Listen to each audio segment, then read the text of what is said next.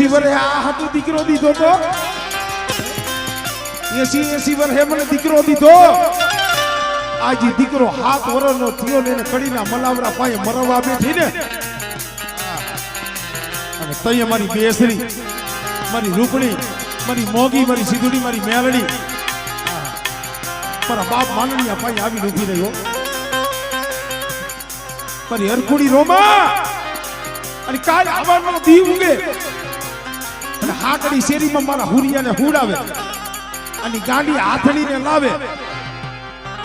અને બેટા ઈ ગાંડી